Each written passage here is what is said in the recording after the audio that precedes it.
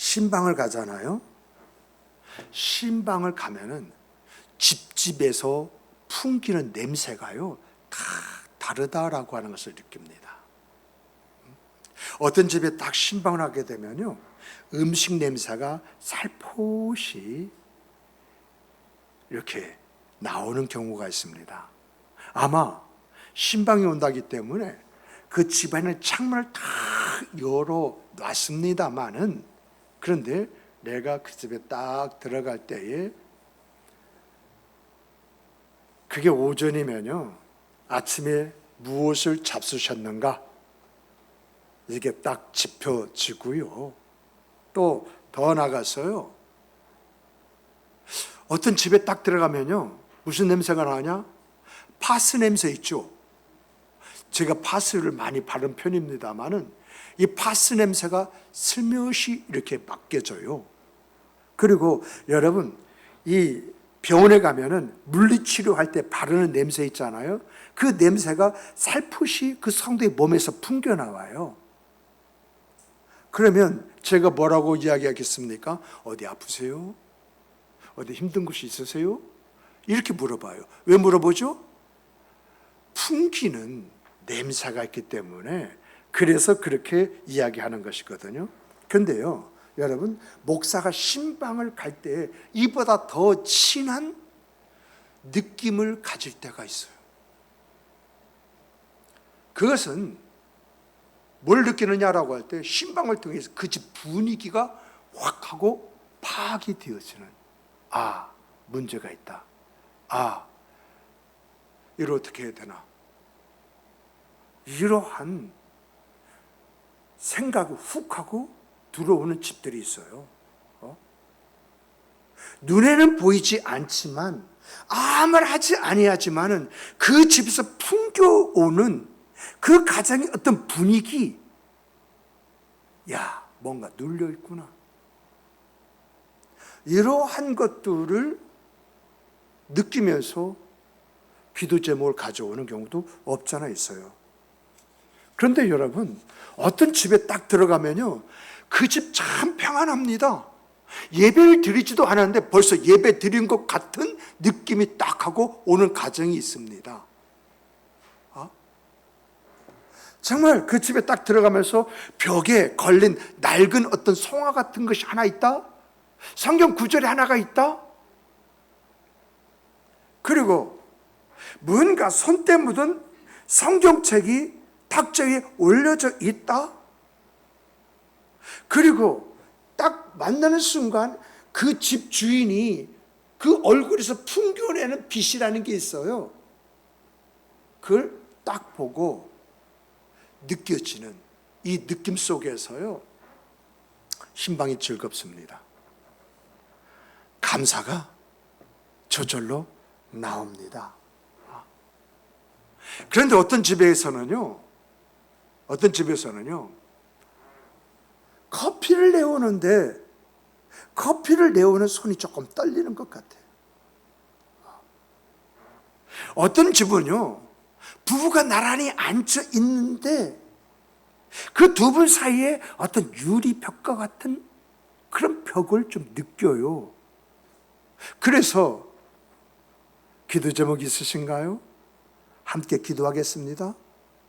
이렇게 말하면요 잠시 머뭇거려요. 그리고 하는 말이 저희 집이 잘 될 수 있도록 복 받을 수 있도록 기도해 주세요. 이것으로 끝나버려요. 그런데요 이러한 분위기는요 목사만 느끼는 것이 아니라 그 집 가족들이 다 느껴요. 그런데 이러한 분위기를 느끼고 이런 공기를 마시다 보니까 지금 자기 가정이 어떤 가정인지 어떤 분위기인지 그것을 모르는 거예요.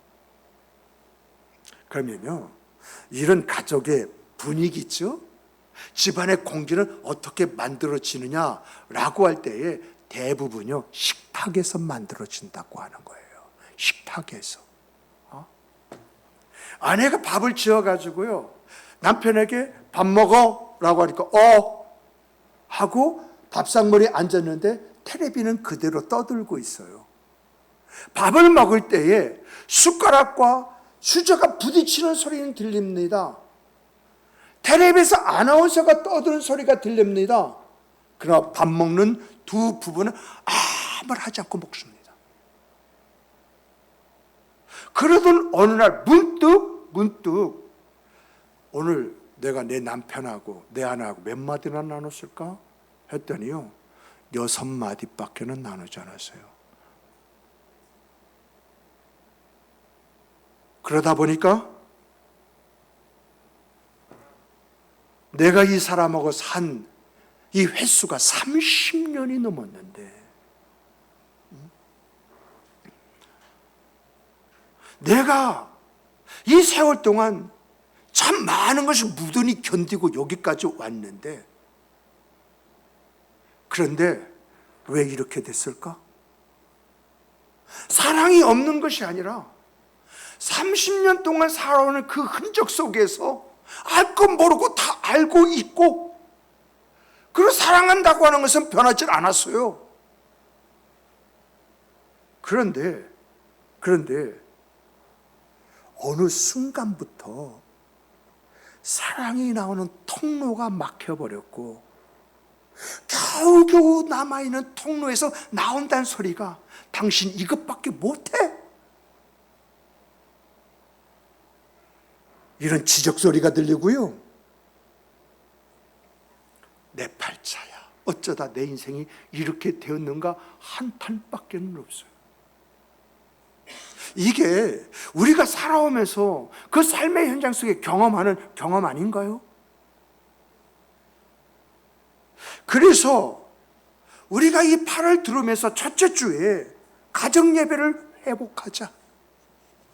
둘째 주에는 부부간에 그저 믿고 내가 사랑한 줄 알겠지, 이렇게 생각하지 말고 사랑과 감사를 표현하면서 살자. 셋째 주에는 잔소리 대신에 애들의 이야기를 들으면서 대화하는 분위기를 만들자. 이렇게 말씀드렸어요. 그런데 이런 설교를 들으면서 우리 마음 한구석에 이런 생각이 들어가죠. 다 좋은 말씀이야.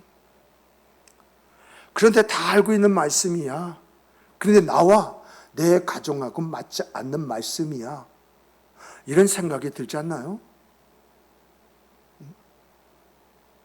정말 그 말씀, 다 알고 있는 말씀, 그렇게 살기를 원하는 그런 말씀이에요. 그런데 지금 내가 가지는 환경과 상황을 보니까 나하고는 상관이 없어. 내 가정과는 의미가 없는 말씀이야. 그러다 보니까 계속 내 마음은 굳게 닫혀 있지 않습니까? 근데 중요한 것은요, 성경은 우리를 너무 잘 알고 있어요. 그런 우리들에게 그 풀 수 있는 말씀도 주셨어요. 그런데 우리는 그 말씀이 이런 나의 문제를 푸는 말씀인지 우리는 그렇게 보지 못하고 있다는 거예요. 성경은요, 이렇게 살아가는 나에게 그걸 회복할 수 있는 방법, 길을 열어두셨어요. 그것이 뭐냐라고 할 때, 여러분, 오늘 본문은요, 그것이 뭐냐? 감사다. 감사가 부부의 문제를, 부모와 자식의 문제를, 내 가정의 문제를 해결한다라고 이렇게 이야기하고 있습니다. 그래서 오늘은 여러분과 제가요, 이 감사가 뭔가, 감사의 그 의미를 3가지만 살펴보는데 시간 관계상 2가지가 될 수도 있습니다.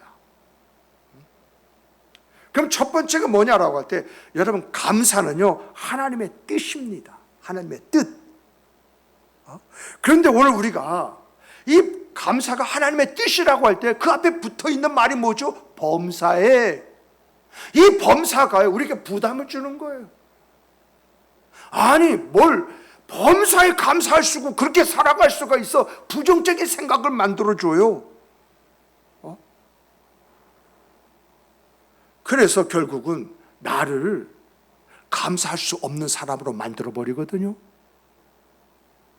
그렇다면 오늘 우리가 왜 감사해야 되는데 범사라고 하는 단어 때문에 나는 그렇게 살 수 없어. 그렇게 사는 것은 성경의 이야기나 되고 목사님이나 그렇게 사는 것이지 나하고는 동떨어진 말씀이야. 왜 그렇게 생각하게 될까요? 여러분, 많은 경우에요, 성도들이 이 범사의 뜻을 몰라요. 범사하면은요, 모든 일에 매 순간마다 쉬지 않고, 이게 우리의 머릿속에 있는 거지 않습니까? 그러니까 머릿속에는 그 지식이 우리의 마음속에서 나는 그렇게 못해. 어떻게 그렇게 살아? 하나님이나 그렇게 살지. 나 같은 피조물이, 나 같은 사람이 그렇게 사는 것은 그저 성경에서 나오는 말이나 맞는 것이지 나하고는 상관이 없어. 여러분, 여기서의 범사라고 하는 것은요, 모든 때를 이야기하는 것이 아닙니다. 매 순간순간을 이야기하는 것이 아닙니다. 여기서의 그 범사는 어떤 말이냐라고 할 때에 이 범사는요, 이런 말입니다. 이 범사라는 것은 모든 일에 감사하라고 한 뜻이 아니라 우리가 지금 경험하고 있는 일들 안에서 감사라는 것입니다. 이것을 쉽게 말하면요, 모든 예배를 다 참석하라 라고 했을 때에 모든 예배를 참석하기가 어렵잖아요. 모든 예배를 참석하라 라고 한다면 나에게 이런 예배를 주신 하나님 앞에 감사할 수 있어요? 여러분, 모든 예배를 참석하라고 한다면 새벽 예배 나오신 분은 그렇게 할 수 있지만은 나오지 못한 분은 그렇게 할 수가 없잖아요. 3일 밤 기도에 나오시는 분은 그렇게 할 수 있지만 3일 밤 기도에 나오지 않는 분들은 그렇게 할 수가 없지 않습니까? 그러므로 여기서 범사, 모든 일 안에서라고 하는 것은 지금 여러분이 지금 예배하는 예배 자리에 있는 거예요. 이 예배 자리에 있다는 이 사실 앞에서 감사하라, 그 이야기입니다. 지금 내 삶이 내가 어떤 현장에 있느냐, 그 현장에 있다는 그 자체로 감사해라, 그 이야기예요. 그걸 할 수가 있는 거 아니겠습니까? 비가 오는데 말입니다, 비가 올 때마다 감사하라, 짜증날 수도 있지 않습니까? 그런데 여기에서 감사하라고 하는 말은 뭐냐라고 할 때, 여기서 말하는 범사는요, 내가 지금 비가 오는데 우산을 쓰고 가고 있어요. 우산을 쓰고 가고 있는데 지금 우산을 쓰고 가는 것은 나 혼자가 아니라 하나님이 나와 동행해 주고 계시다, 이 사실을 인정하는 것, 이게 범사의 감사란 이야기입니다. 이게 하나님의 뜻이란 이야기예요. 하나님은요, 내 남편이요, 날 항상 무심하게 대해. 그 무심하게 된 그 남편을 보고 감사라고 하지 않았어요. 정말 하나님은요, 내 자식이 준 상처, 지금 그 상처 때문에 힘들어하고 있는데 그 상처를 안고 감사하라고 이렇게 말하지 않았어요. 여러분들이 병원에서 어떤 진단서를 하나 받았습니다. 그 진단서를 받고 지금 내 얼굴은 새까맣게 굳어져 있는데 그 진단을 받은 그 진단서를 가지고 감사라고 말씀하지 않았어요.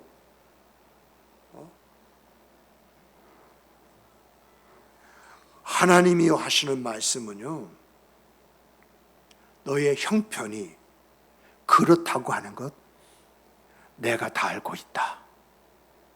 다만 내가 너와 함께하고 너를 붙들어주고 너를 인도해 준다고 하는 이 한 가지 사실만 알고 있어라. 바로 그거예요.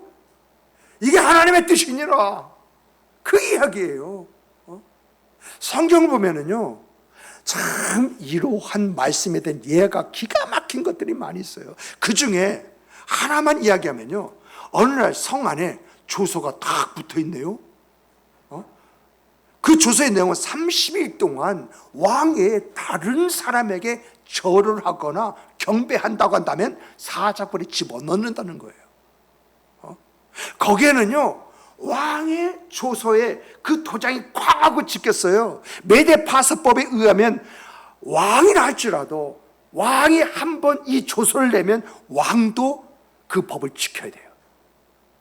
없던 걸로 이렇게 되돌릴 수가 없다는 이야기입니다.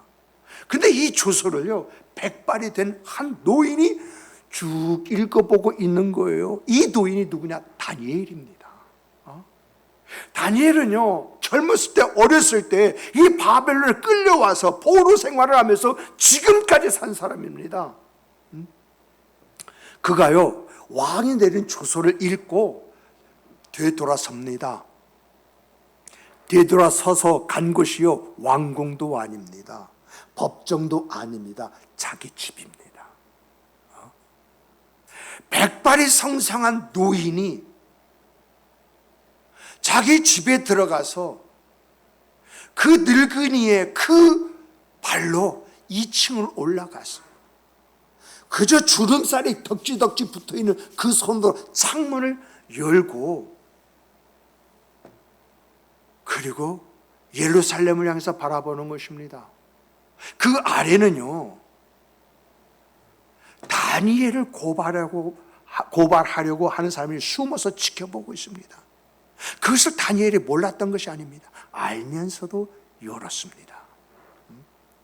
여기에 대해서 다니엘서 6장 10절은 이렇게 이야기합니다.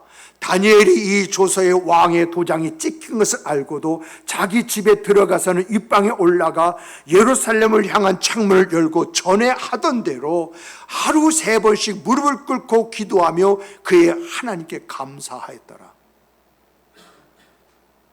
하나님, 내가 위기에 몰렸습니다. 나를 잡고자 해서 이런 흉계가 만들어졌습니다. 하나님, 나를 구해 주시옵소서라고 하는 절규의 기도가 아니라 감사했다는 것입니다. 감사했다. 여러분, 이 조서는요 다니엘에게만 해당된 거 아닙니다. 우리에게도 이 조서가 있지 않습니까? 내가 어느 날 건강검진을 했는데 병원에서 봉투가 날라옵니다. 여러분,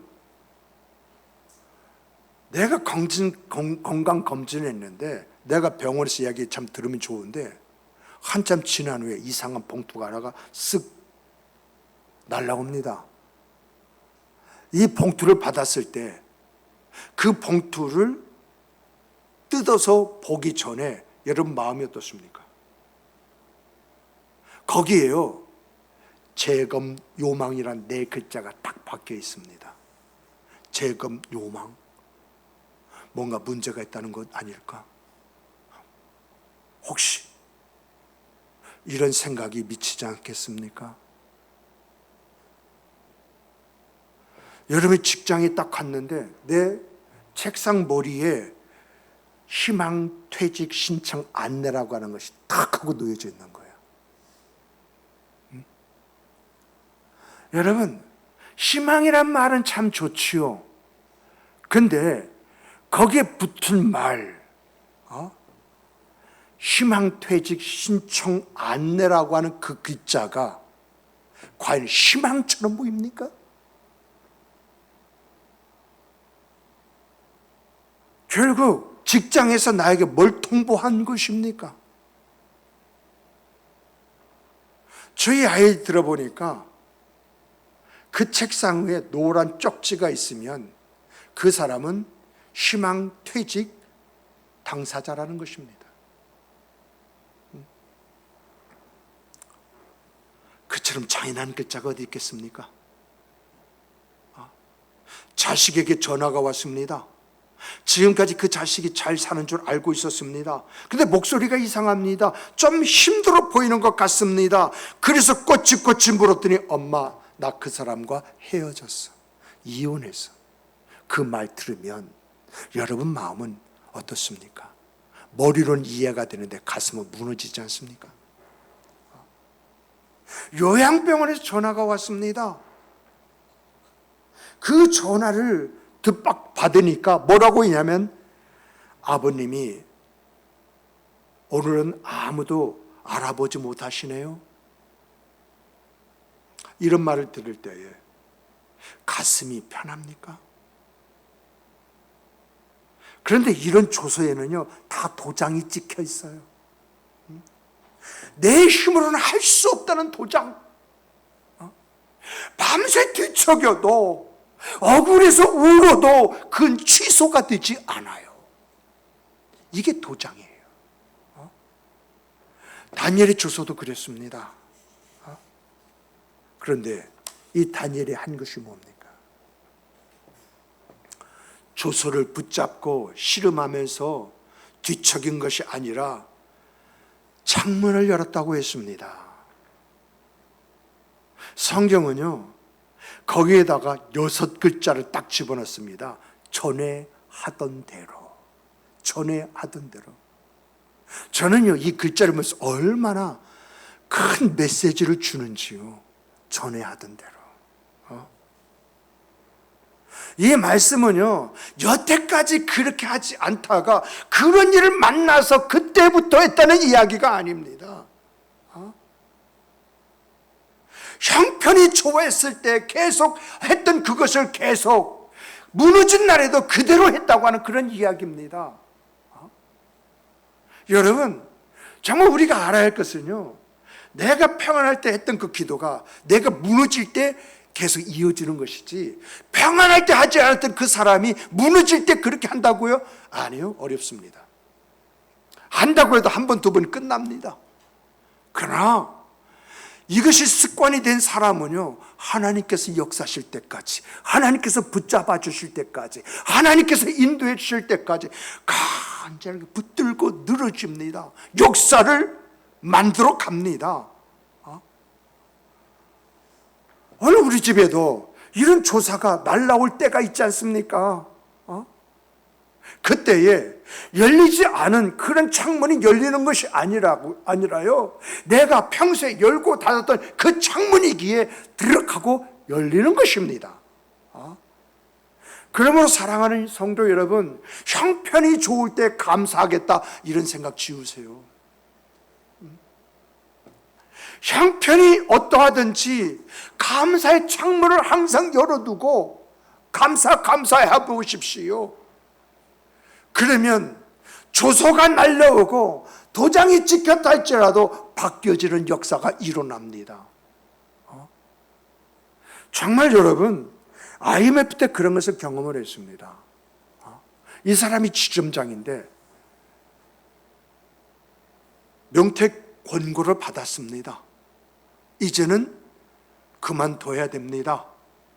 그런데 이 내외가 평소에 하던 대로 항상 교회 앞에 나와서 함께 기도했습니다. 기도했는데 마지막 명퇴하는 그 순간에 본사에서 나왔습니다. 그런데 그 본사에 나온 그 사람에게 한마디 했던 그 말이 이 사람을 어디로요? 본사로 옮기게 만드는, 그래서 정년퇴직하게 만드는 그 은혜가 있었습니다. 정말 그 내외에는요, 그런 일을 만나서 그래서 기도한 것이 아니라 항상 그 시간 동안에, 그래서 제가 40일 동안 작정 기도하세요 하면 40일 동안 작정 기도를 합니다. 새벽 기도에 나오세요 하면 새벽 기도에 나왔습니다. 그래서 그의 문제를 가지고 기도했습니다. 부부가 함께 기도했습니다. 손을 잡고 기도하는 것도 보았습니다. 그런데 마지막 그 말 한마디가 그의 인생을 변화시킬 줄 아무도 몰랐습니다. 중요한 것은 그들이 항상 열어놨던 그 문이 그 당시에도 열려지고, 그 열리짐 속에서, 기도하는 기도 속에서 마지막 그 감사 한마디가 결국 모든 것을 최종 결정하는 사람들의 마음을 바꿔놓는 그런 일들과 그런 역사로 나타났다라고 하는 것입니다. 그러므로 형편이 좋아지기를 기다렸다가 그때 가서 감사하겠다고 하는 이러한 생각 지워버리십시오. 지금 내 형편이 어떠하든지 간에 감사의 창을 열어놓으십시오. 무의식중에 나오는 그 감사가 내 인생의 그 삶을 바꿔놓을 수가 있습니다. 그러므로 조소가 붙었다고 요동하기보다는 항상 감사의 창문을 열고 감사는 감사의 습관이 여러분과 저의 생애 삶의 내용이 되기를 주님의 이름으로 축복합니다. 두 번째 보게 되면은 여러분, 감사가요 사람을 바꾸고요 집안의 공기를 바꿔버려요. 여러분 18절에요 감사하라, 그 본래 그 말의 뜻은요 은혜를 알다라고 하는 의미를 가지고 있어요. 그러면 이 말을요 직역하게 되면 은혜를 알게 되어지면 기뻐하게 되어져 있고, 기뻐하게 되어지면 그 기쁨을 입으로 표현하는 것이 감사다, 그 이야기예요. 그래서 여러분 은혜와 감사는 항상 같이 가. 이걸 뒤집어서 말하면은요 여러분, 감사가 없는 사람은 은혜를 모르는 사람이다, 이런 말이 되는 거예요. 그래서 저 사람이 은혜를 아는 사람인가 아는지 않는 사람인가, 저 사람이 신앙이 있는 사람인가 아닌가라고 하는 것은 저 사람이 평소에 얼마나 감사하고 사느냐, 여기에 달려있다는 그런 이야기예요. 이게 성경의 이야기예요. 성경은 정석으로만 보지 말고 역으로 뒤집어서 보십시오. 은혜라고 하는 그 자리에 내가 어떤 모습, 이것이 은혜라고 하는 그 부분을 거꾸로 뒤집어서 보면은요 내가 그렇게 하지 않을 때 그것이 은혜가 아니라고 하는 그 말이 되어주는 것이거든요. 정말 여러분과 저는요 항상 은혜가 뭔지 은혜를 확인하면서 살아가는 그런 사람이 되어야 합니다. 성경을 보면은요 정말 이러한 부분에 있어서 우리에게 공감을 주는 한 여인이 등장합니다. 이 여인은 한나예요. 이 사무엘상 1장 쭉 이렇게 살펴보면은요 이 한나는 절기 때마다 실로에 있는 성막에 갔습니다. 자, 여러분, 이 한나가 자기 남편 엘가나하고 성막, 즉 실로로 올라갈 때 어떻게 올라갈 것 같습니까? 그 당시에 풍습으로 보고 삶의 현장 속에서 나타난 그런 기사를 보면은요 비록 분인나가 후처이십니다만 자식이 있다는 것 때문에 남편 옆에서 갑니다. 그런데 한나는 자식이 없어요. 자식이 없으면 분인나가 자기 자식을 끌고 갈 때에 그 뒤따라 가는데 죄인처럼 가는 것입니다. 그리고 특별하게 말입니다, 제사를 드리고 난 다음에 그게 어떤 제사냐에 따라서 가족끼리 둘러 앉아서 먹습니다. 그런데 그 그릇이요 자식이 있는 사람으로 빗대서 자식들에게 쭉 두고 자식이 없는 사람 맨 나중에 그릇이 돌아옵니다. 음식을 준다 한다 할지라도 자식이 있는 분이 나와 그의 자식들에게 먼저 돌아가면서 맨 나중에 본처에게 돌아갑니다. 여러분, 성경 보면은 남편 엘가나가 한나에게 갑절을 주었다는 말이 나오죠. 갑절을 주었다고 하는 것은 언제 주었을까요? 아들이 있는 사람에게 갑절을 주면은 남편이 사랑하기 때문에 갑절을 준다라고 이렇게 이해가 됩니다만은, 자식이 없는 사람에게 갑절을 준다고 하는 것은 그걸 바라보는 모든 사람이 왜 갑절을 주고 있는지 아는 것입니다. 그러므로 갑절을 받았을 때 이게 위로가 아니라 이것은 그 여인에게 수치입니다. 그럼에도 불구하고 엘가나는 이것을 모르는 거야. 이것을 그렇게 갑절이라는 것을 줄 때에 사람들은 그걸 바라보고 왜 갑절로 주는지 아는 거야.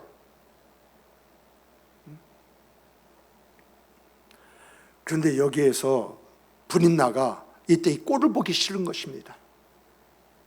그래서 성경을 보면은 한나를 격동하여 괴롭게 하더라. 갑절을 줘서 받으면 이게 불이 나가 그 속을 뒤집어 놓는 일을 했다, 그 이야기입니다. 근데 이것이 한 번이냐라고 할 때 매 절기에 올라갈 때마다 그런 일을 당했다는 것입니다. 오늘 우리에게도 이 풍경은 낯설지 않은 풍경입니다. 집안 그 형제들이 명절에 모였습니다. 어떤 특별한 애 모였습니다. 형이 동생에게 말하기를, 우리 아들이 이번에 취직했어. 우리 아들이 이번에 승진했어. 이 말 딱 하고 난 다음에, 야, 네 아들은 취업은 했니? 이 말을 한다고 한다면 그 동생 되는 사람이 밥을 먹다가 그 밥이 목구멍에 넘어가겠습니까? 누군가는 그 말 한마디 때문에 욕실에 들어가서 수도꼭지를 틀어놓고 쪼그리고 앉아서 흐느끼고 울 수도 있습니다.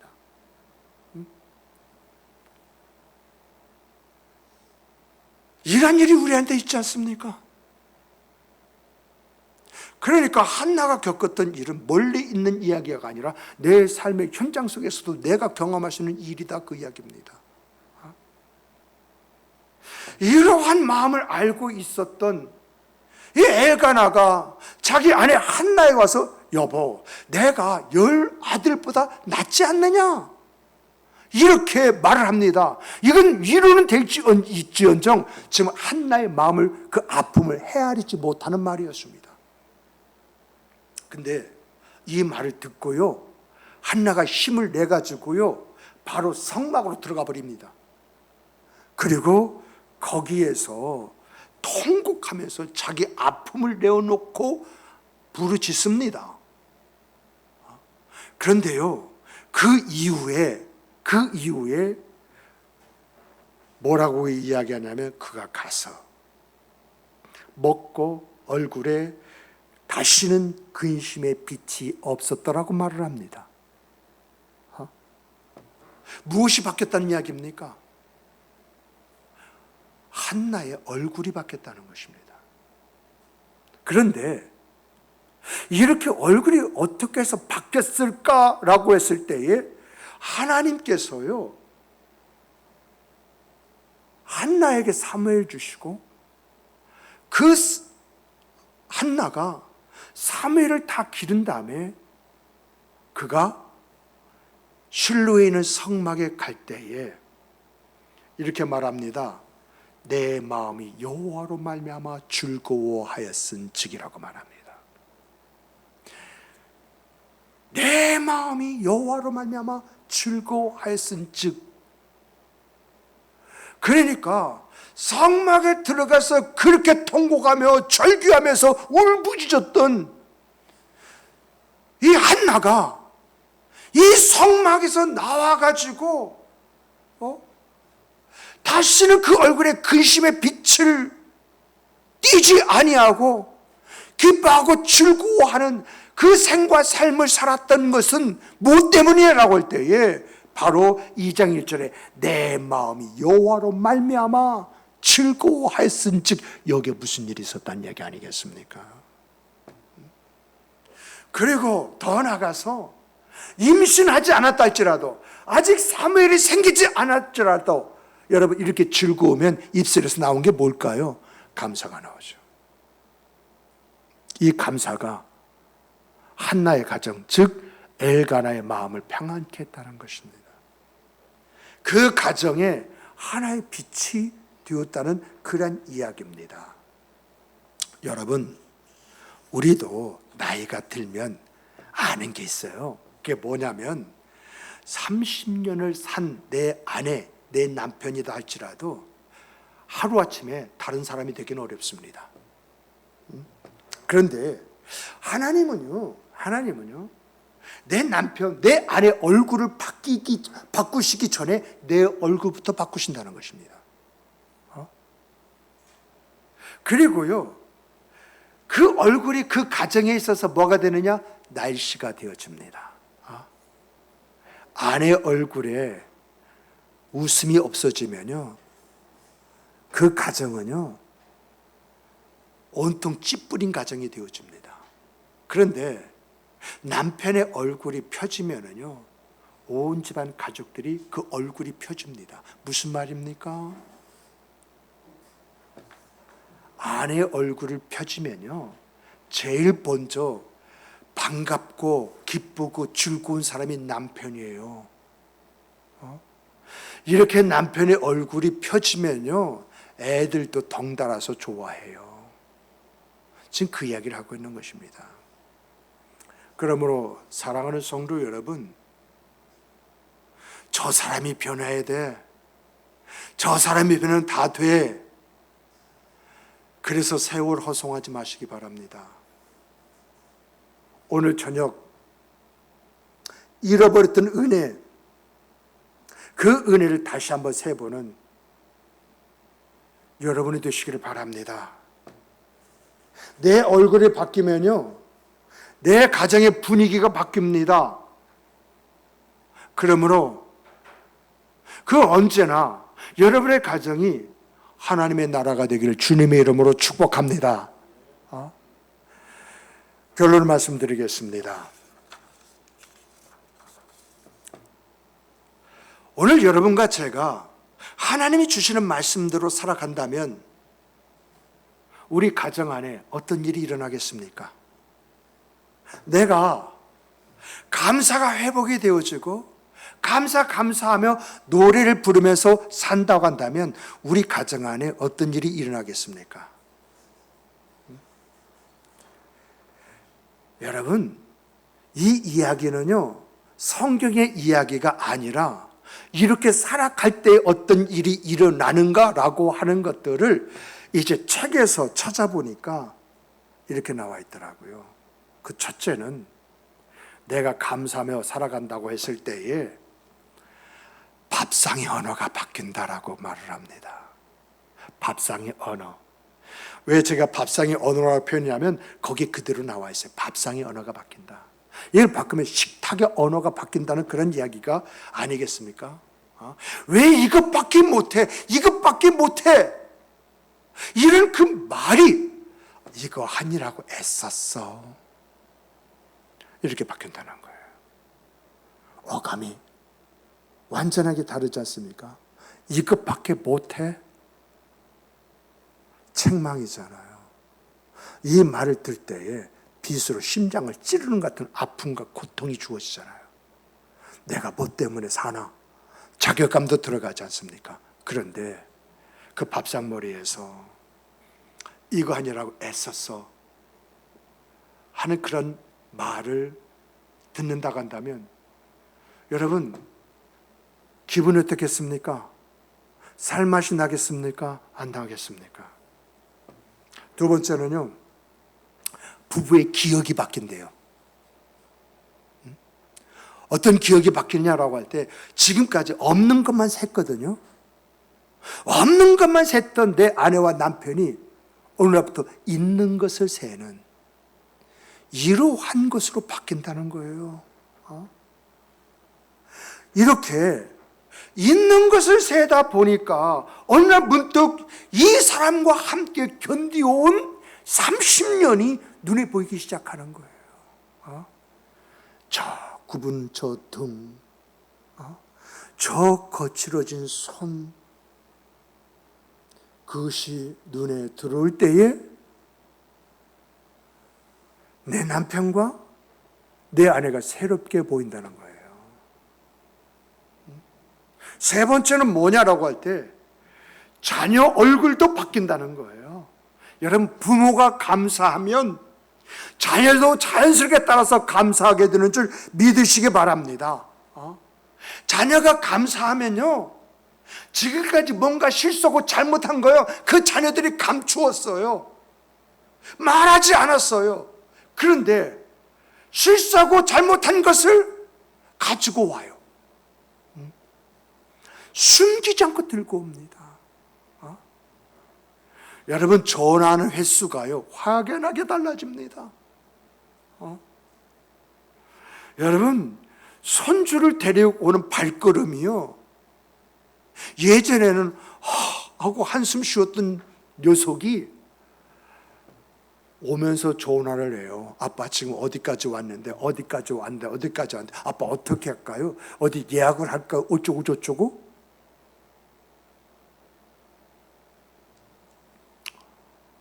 이렇게 바뀌어요.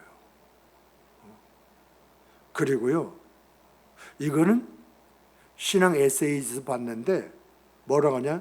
가정의 기도가 바뀝니다. 지금까지는 달라고만 하는 기도를 했어요.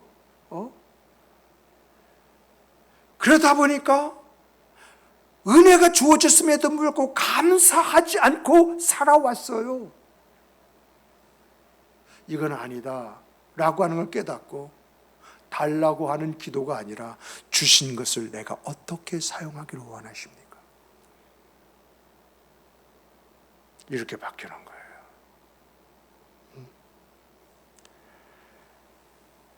그리고요, 마침내 그 결과가 뭐냐라고 할 때 집이 열린다라고 이렇게 이야기하고 있습니다. 여러분에게 말씀은 드리지 않습니까? 이제 빌립보 간수의 집이 그랬지 않습니까? 감사가 회복이 되어지니까 가정의 문이 열리지 않습니까? 그 밥상 안에 앉아있던 모든 가족들이 예수를 믿게 되는 역사가 일어나지 않습니까? 제가 처음에 뭐라고 말했습니까? 신방 가면 그 집에 그 분위기, 그 공기와 분위기를 느낀다고 했지 않습니까? 여러분, 그 공기를 매일매일 매 순간순간 마시고 사는 사람들이 여러분의 가족들입니다. 그 가정에 있는 그 공기, 그 분위기, 이걸 바꾸는 유일한 방법은요, 하나님께 창문을 여는 거예요. 다니엘이 예루살렘에 있는 하나님이 계신 그곳에 창문을 여는 것처럼 그 창문을 여는 거예요. 열고 뭐예요? 감사하는 것입니다. 정말 여러분 식탁에 놓여 있는 감사의 창문을 여시기 바랍니다. 고마워. 당신이 있어서 행복해. 너희들이 있어서 얼마나 고마운 줄 몰라. 이게 감사잖아요. 이런 말이 내 입이란 창의 문을 통해서 나온다면 그 소리를 듣는 내 남편, 내 아내, 내 자식은 어떤 생과 삶을 살겠습니까? 정말 여러분의 입술에 감사가 회복되기를 축복합니다. 여러분의 얼굴에 근심의 빛이 사라지고 한나의 즐거움이 있기를 축복합니다.